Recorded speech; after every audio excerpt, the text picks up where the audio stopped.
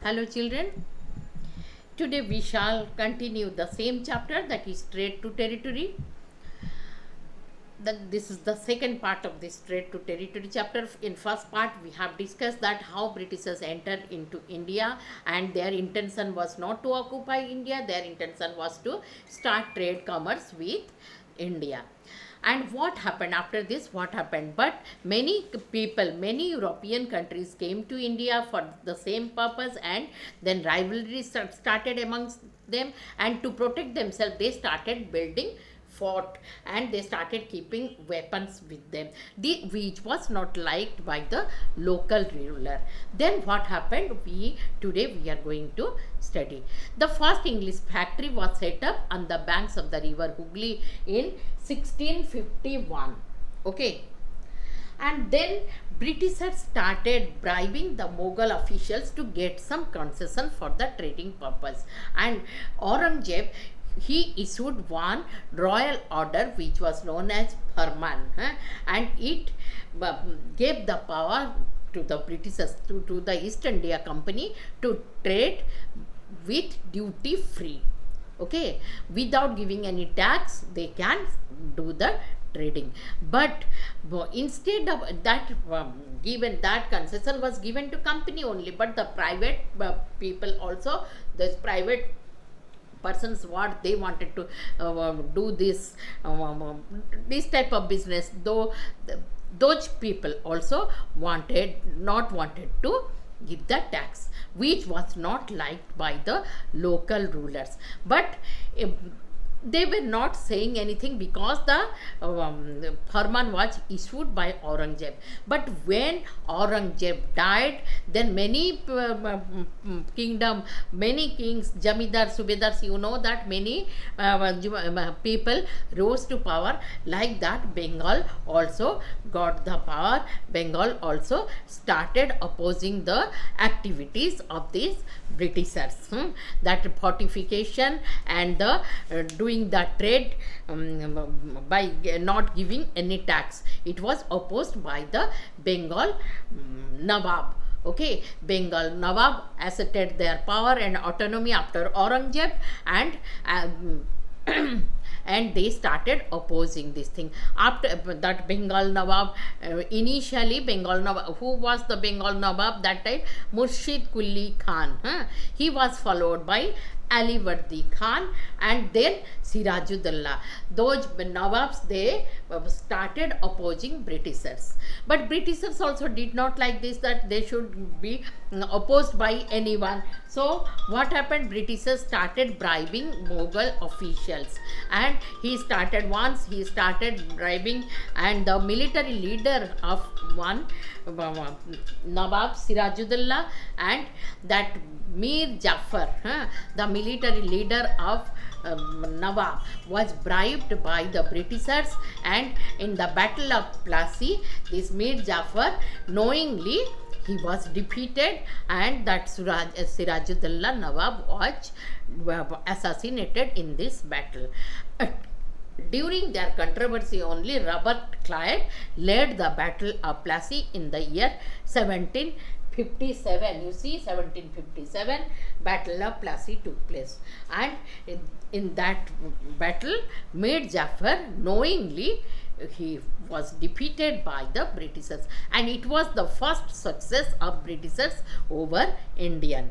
Then what happened? Britishers said that to appoint Mir Jafar as the Nawab, but again Britishers found that he was not a puppet ruler.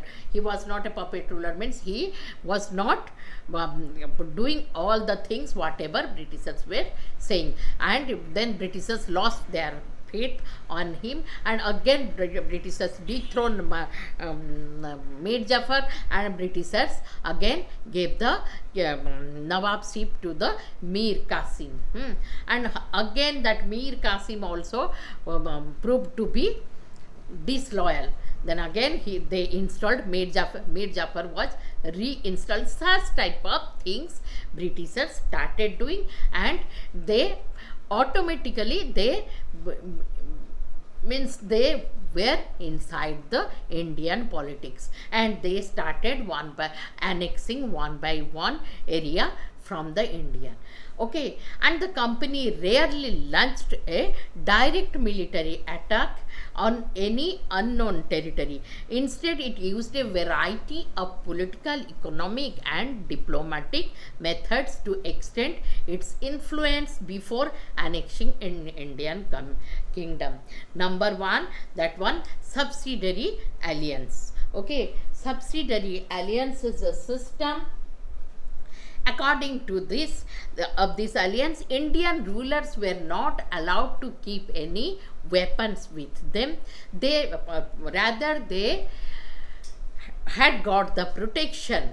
They were protected by the Britishers, and the weapons were with the Britishers, but the Nawab had to pay the expenditure of this maintenance of this military force and everything.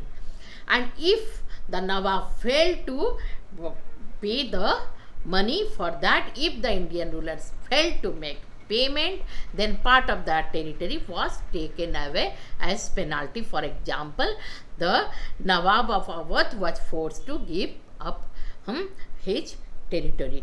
And then comes the South Indian rulers. Tipu Sultan, Hyder Ali. Mysore was one place which was a very prosperous, and both Hyder Ali and his son Tipu Sultan means they were very brave and confident rulers.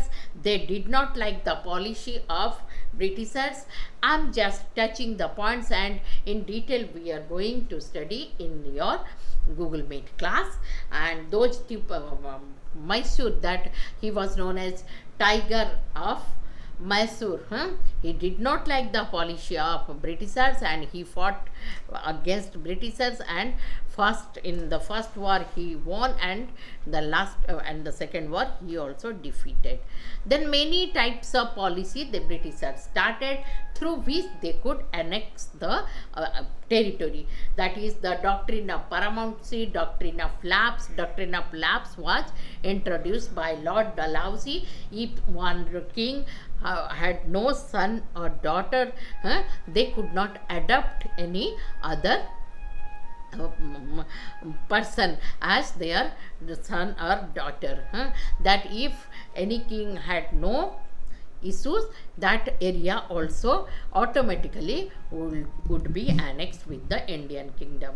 And like this, the doctrine of paramountcy also, that in order to protect the interest, it was justified in annexing or threatening the annex any Indian kingdom. This view continued to guide later Britishers policy as well. This process did not go unchallenged. For example, when the British tried to annex the small state of Kittur, Rani Channamma took to arms and led an anti-British resistance movement. She was arrested in 1824 and died in prison in 1829. So these are the things which we just discussed. And next class we will start the third part of the chapter. Okay, tomorrow on Google Meet class we shall discuss this part in detail, and if you have any doubts you will ask and I will clarify your doubts on Google Meet class. Till then, thank you and have a nice day.